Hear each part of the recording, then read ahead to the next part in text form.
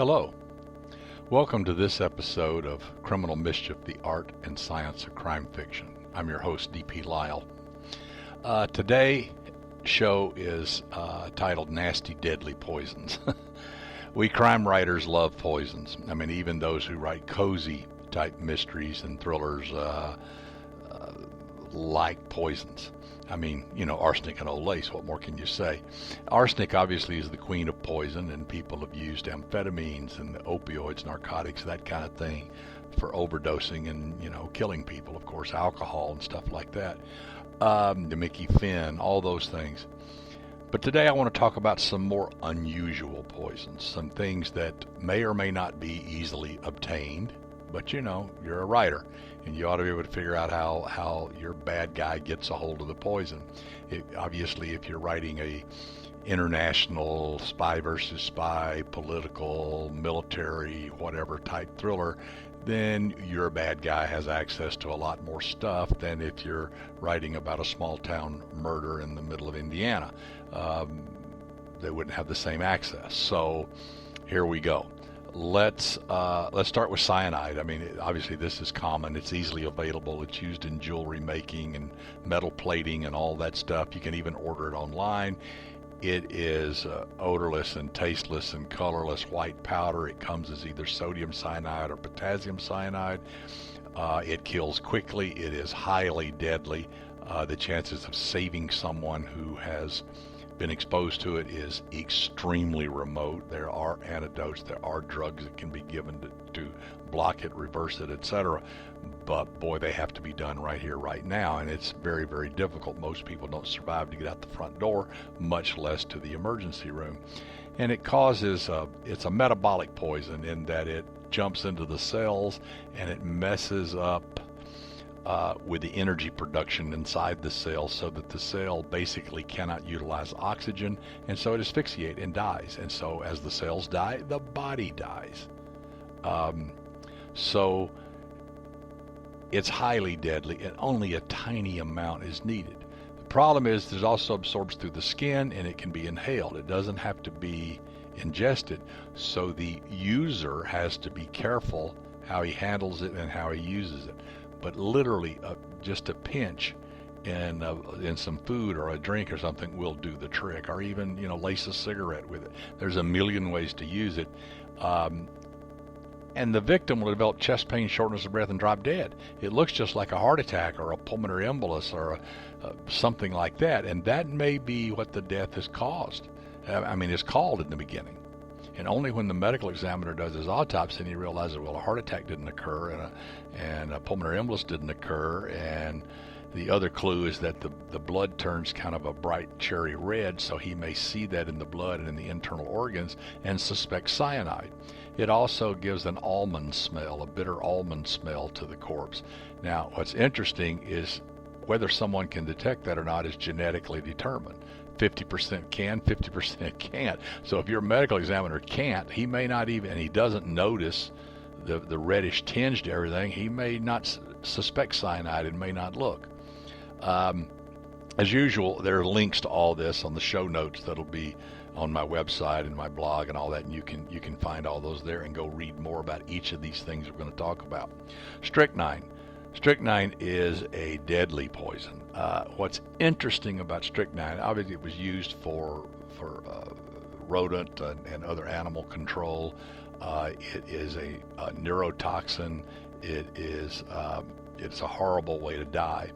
But the snake handling preachers in the South, and my book, Original Sin, my third Samantha Cody book, actually deals with these folks. They'll sip strychnine because they think they're protected from it by the Bible, and that it adds to their health and it makes them better and stronger and all of that stuff. I guess it comes from what doesn't kill me makes me stronger, but it's obtainable, it's out there, you can get it, and your bad guy can get it and use it. And what does it do to the individual? As I said, it's a neurotoxin, so it makes all kinds of things happen within the body, particularly in the neurologic system. At first, they may just get agitated and confused and disoriented and restless and jumpy, and then they start getting muscle spasms and their muscles start jerking. And particularly there's a thing called opisthotomus, where there's an arching of the back, and literally some of these people can die with only the back of their head and their heels on the ground, and they're arched like a rainbow bridge. The jaw tightens and they get the mouth pulled back, and it looks like a death smile has been called that. And obviously this interferes with breathing, and they end up dying from asphyxia. And that's what causes the death. So it's like, having a bag put over their head or putting in a room with no oxygen. Botulism. In a Botox world, botulism's kind of gotten a softer name, but trust me, it is a deadly, deadly, deadly toxin. It also is a neurotoxin. It comes from the bacterium called Clostridium botulinum. It prevents the release of a neurotransmitter called acetylcholine, and basically this happens where the nerves and the muscles come together, what we call the neuromuscular junction, and it makes all the muscles relax. This is why when you get injections to lessen the wrinkles in your forehead, the muscles relax, and so you don't have the muscles, the forehead is flat. And you've seen people with this, and when they smile, nothing happens on their forehead. And they use it for other things. It's also used to treat migraines and some other pain syndromes. So it does have medical uses. But an overdose of botulinum can be just absolutely horrible.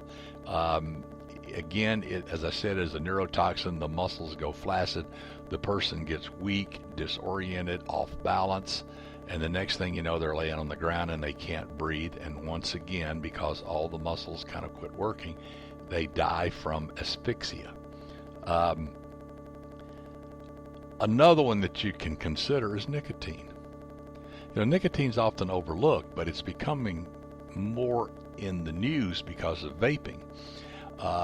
Vaping tends to have a lot more nicotine in it and supplies a lot more nicotine than smoking cigarettes or chewing Nicorette gum or even chewing tobacco. It just delivers a lot of nicotine, and that's the addictive quality. And of course they flavor them so the kids think that it's fun, but actually what it is it's nicotine poisoning, and it makes them jittery and lack of focus, and like they got ADHD. They're nervous, they're sweaty, their heart rate's up, their blood pressure's up, and this is all the effects of nicotine, which is deadly, deadly, deadly, deadly. Now, what are the chances of nicotine poisoning happening, by accident? It's pretty rare. You probably can't smoke enough cigarettes or chew enough tobacco. I guess if you swallow enough of it, you could, but good Lord, that would be hard to do. You could probably vape enough that you could get into trouble and kill yourself, because it does have effect on the cardiac rhythm, and you can have a cardiac arrest and die from this stuff. If your blood pressure goes up high enough, you can also have a stroke or something like that. So nicotine is not likely to happen by accident, but if you add nicotine to something, or if you get someone to ingest some nicotine, like take a pack of cigarettes and steep it in hot water for a while and then boil it down to where it's just a thick syrup, and put a little bit of that in some food, that could be enough to kill. Absolutely, it could be enough to kill. The problem is that nicotine is corrosive. I mean, it irritates the mouth. The person would probably notice it. It may be too late. They may have already swallowed, but their mouth and throat would be burning. It also has a very, very, very bitter taste to it. Another one that might be a little harder to get, but you probably remember it, is ricin. It was the white powder that was mailed to several political people and people in Congress and presidents and everything else. It was mailed in envelopes, and they'd have a white powder dump out. It turned out it was probably baby powder, but it freaked everybody out, and they would empty a building because this stuff is very, very toxic, and it can get through your skin. You can breathe it. You can get it into your mouth, swallow it, and it's deadly. It comes from the castor bean, and the castor bean has to be manipulated. The toxin has to be removed from it and converted into a powder, and then it can be used. It also causes skin and eye irritation, and when it's ingested, it can cause vomiting and diarrhea, and even bloody diarrhea. You can have bleeding in the urine because it damages the kidneys. It can cause seizures. It can cause people to quit breathing, and it can cause people to fall over dead, or it can kill them more slowly.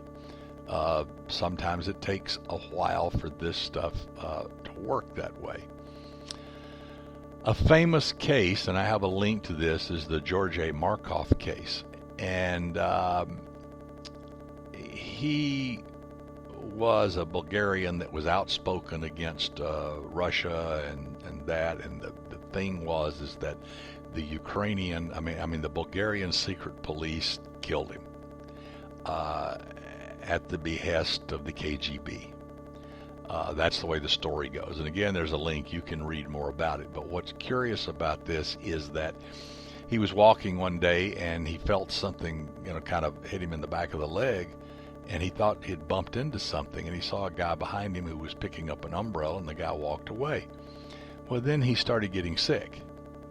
And to make a long story short, when they examined the wound in his leg, they actually found a little microscopic ball with a cavity in it that ricin had been put in, and he had been stabbed in the back of the leg, and then that's what did him in. Treacherous, actually clever, but treacherous. So if that fits your story, there's no reason why reinvent the wheel. You can use something like that. Let's talk about the nerve gases, sarin and VX, and there's a few others. These are really, really, really nasty. These are not easy to come by any stretch of the imagination. They would be in the terroristic chemical weapon category, but if you're writing about that level of conflict and that level of murder, and you're doing the global political terrorism novel, this stuff works well. I think that sarin was used in the attack in a Japanese subway and all that many years ago. It is highly deadly. You can't touch it, you can't breathe it, certainly can't ingest it. It does not take much to kill you, and it can kill you in just a few minutes. And again, it's a nerve agent. It's a toxic, and it's an organophosphate compound that's synthetically made. It actually started as a pesticide. Sarin and VX and all those guys came as a pesticide, but it turned out it was so toxic that it could not be used because it was the tiniest little bit. So you're going to go out and spray your fields with this stuff? I don't think so. Your house is downwind from it. Your whole family's dead. It is highly, highly, highly deadly compound. And again, it causes paralysis and the cessation of breathing, and the individuals die really a horrible death from asphyxia. Polonium, you may remember this one. Polonium is in the same family with selenium and thallium and stuff like that, and look those up, because selenium comes from gun-bluing agents. Thallium is used in certain scans. We use it in cardiology all the time, or used to, not so much anymore, but it's used in certain scans in the hospital, and then that product's got to go out the door, and as a waste. It can be stolen and recycled as a murder weapon, as it were. And of course, gun-bluing agents can be bought over the counter, almost any gun shop, and they contain selenium. So selenium and thallium are very similar to polonium, but polonium It's special in that it is highly radioactive. And so it has to be handled very carefully, and your bad guy better know how to handle radioactive isotopes, because if he doesn't, he's going to end up dead himself. But it works. Now, you might remember the case of Alexander Litvinenko. It's hard to pronounce these names. But he was a very smart, nice guy, and the Russian KGB or FSB, whatever they call it now, decided to get rid of him, and apparently he was given a dose of polonium, and then he died a horrible death. It was very disfigured, as the radiation syndrome that followed was just basically consumed him. It's treacherous. Again, it's hard to come by, so you won't be able to use that in just any story. It's got to be one that has international political, military, and governmental connections, or you won't get that. Let's talk about bradifalcum. This is something that I'm not even sure I'm pronouncing it right, because it's very rare. It's interesting that one of the medicines that have been around for many decades in medicine is Coumadin. You probably know someone who either is on Coumadin or took it in the past. It's the drug in my entire 50 years of medical career that I hated the most, because it is treacherous, it is difficult to manage, it requires frequent blood testing, it is just a difficult product to deal with.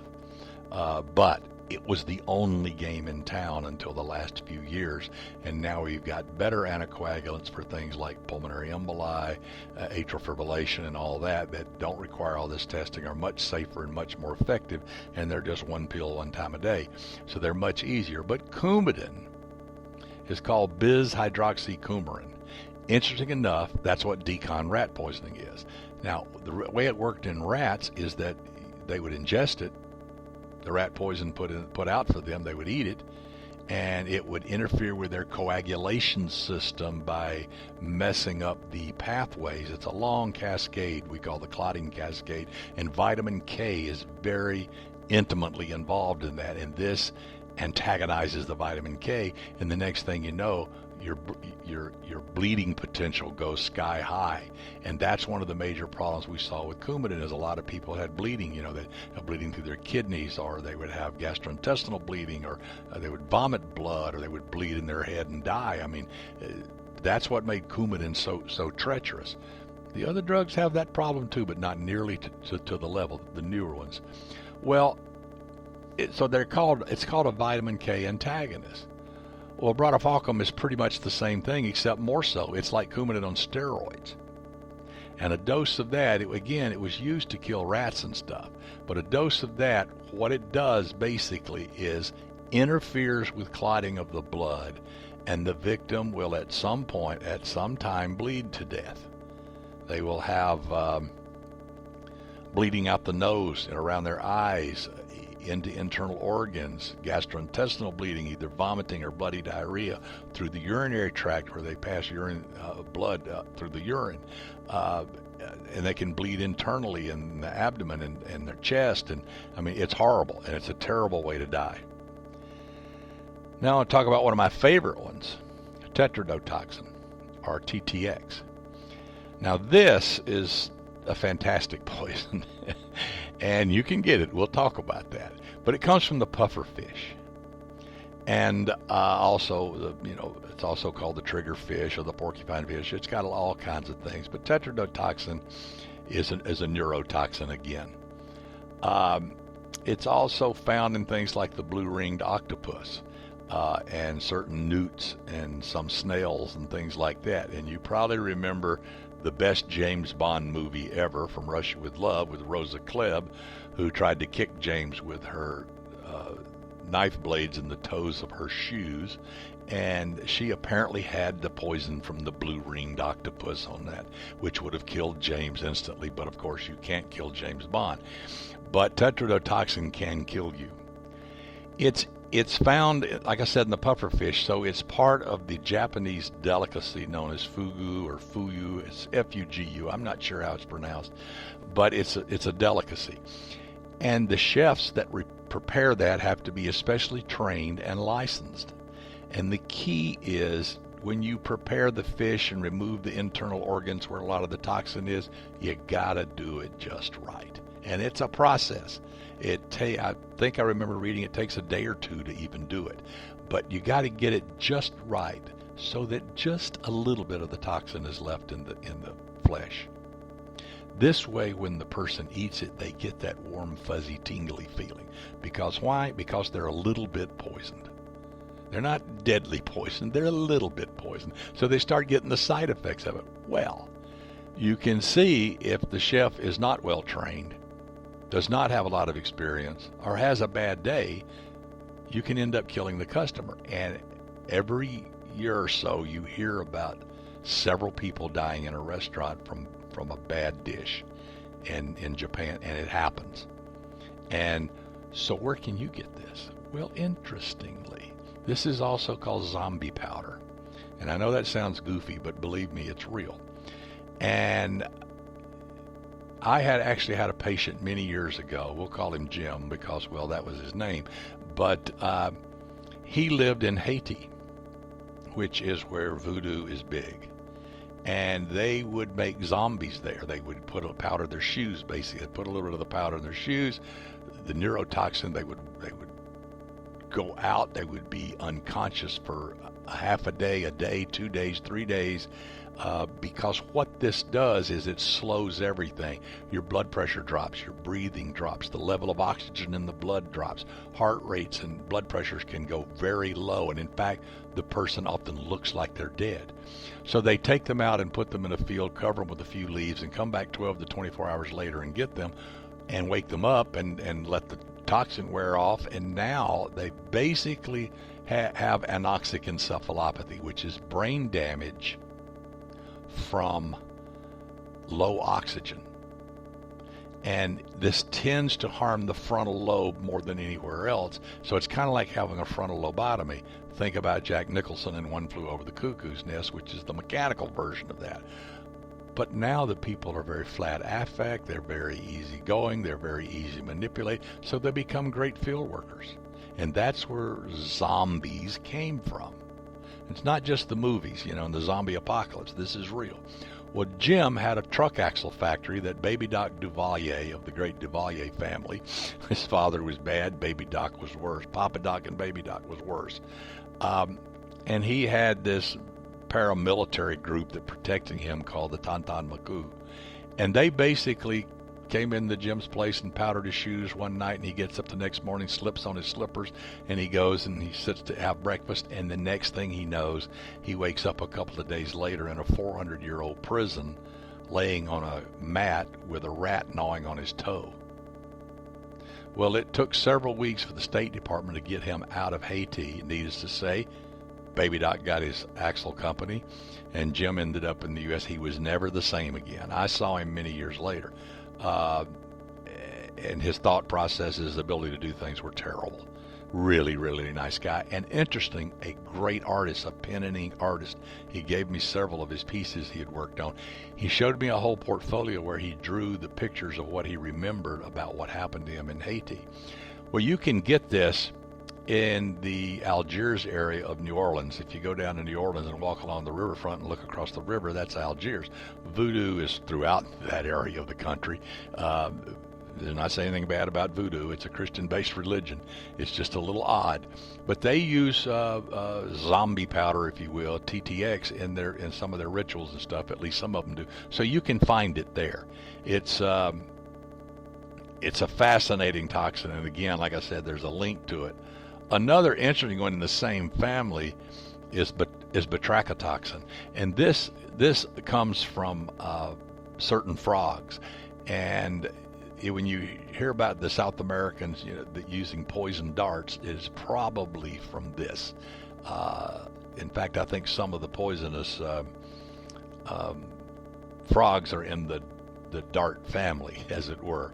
Now, it is also a neurotoxin, and it can cause a lot of this stuff also the same way as I talked about with TTX.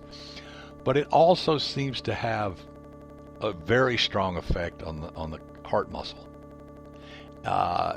It's similar to digoxin, which comes from the foxglove, which is a medical drug that's been around forever, but it is also a deadly toxin.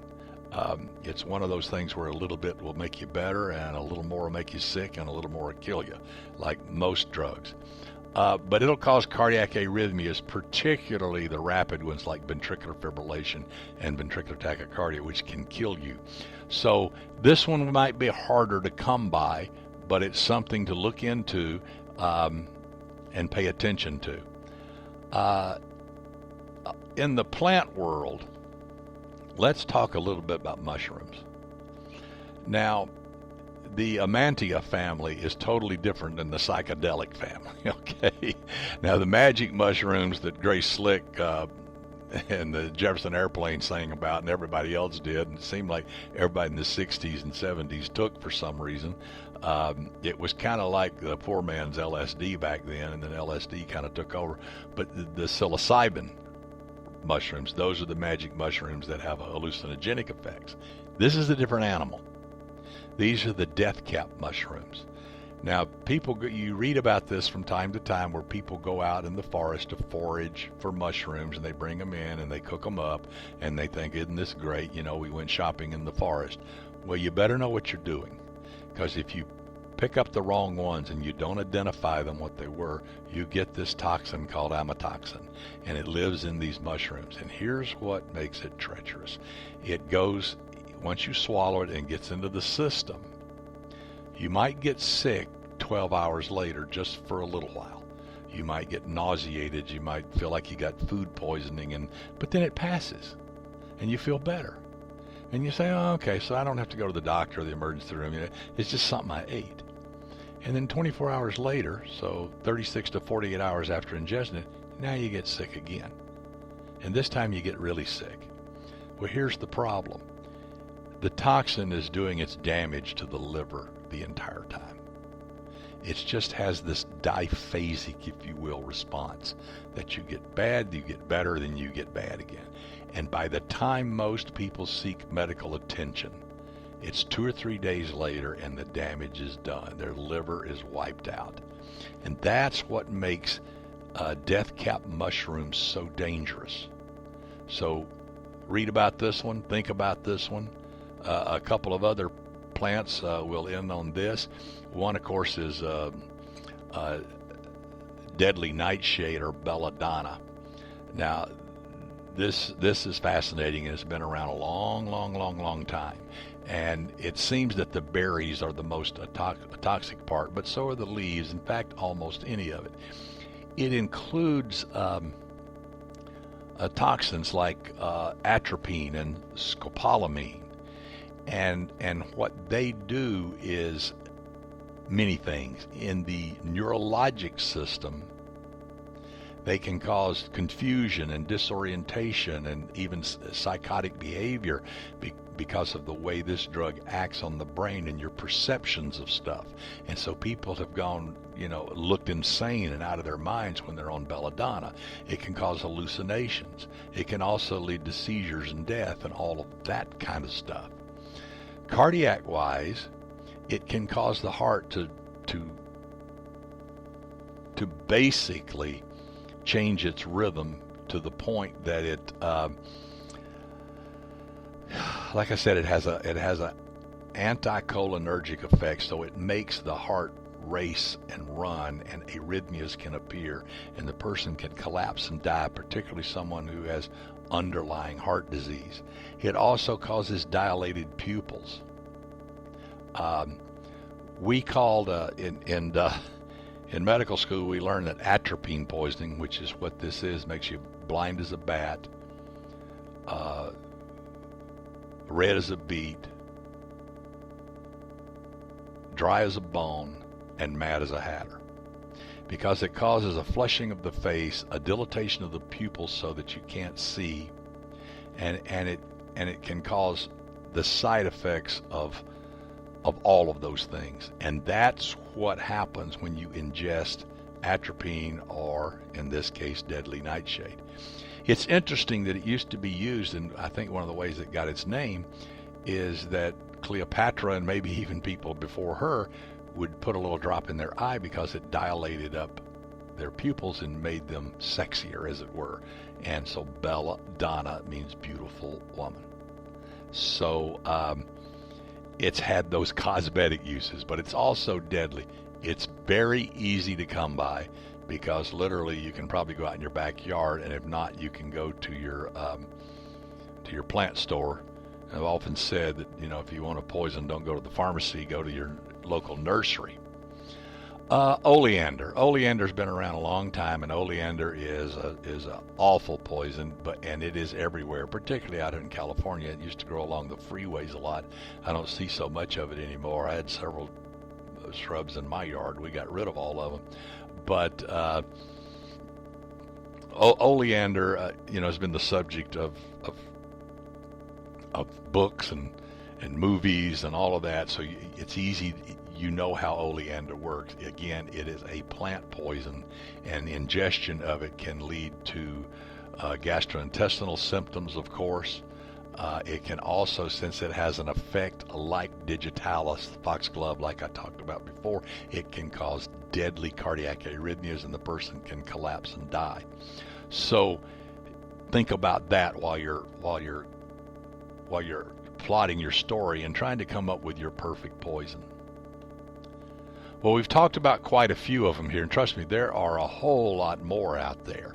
But whether if you want to use, you know, one of the nerve gases or polonium, or you want to use a plant-based one, or tetrodotoxin, or cyanide, or strychnine, botulism, any of these things, I hope this has kind of helped you think about how do I want to plot my next story. How can I use the poisoning and make it a little bit unusual? Now, as I said, there is links to all of these toxins and some other things on my website and my blog. When this is posted, they'll go up at the same time, so you can click over there and see those. And so I also have to add that this is a copyrighted show from Authors on the Air. And this has been D.P. Lyle. So until next time, I'll see you on Criminal Mischief, the art and science of crime fiction. I'll see you down the road.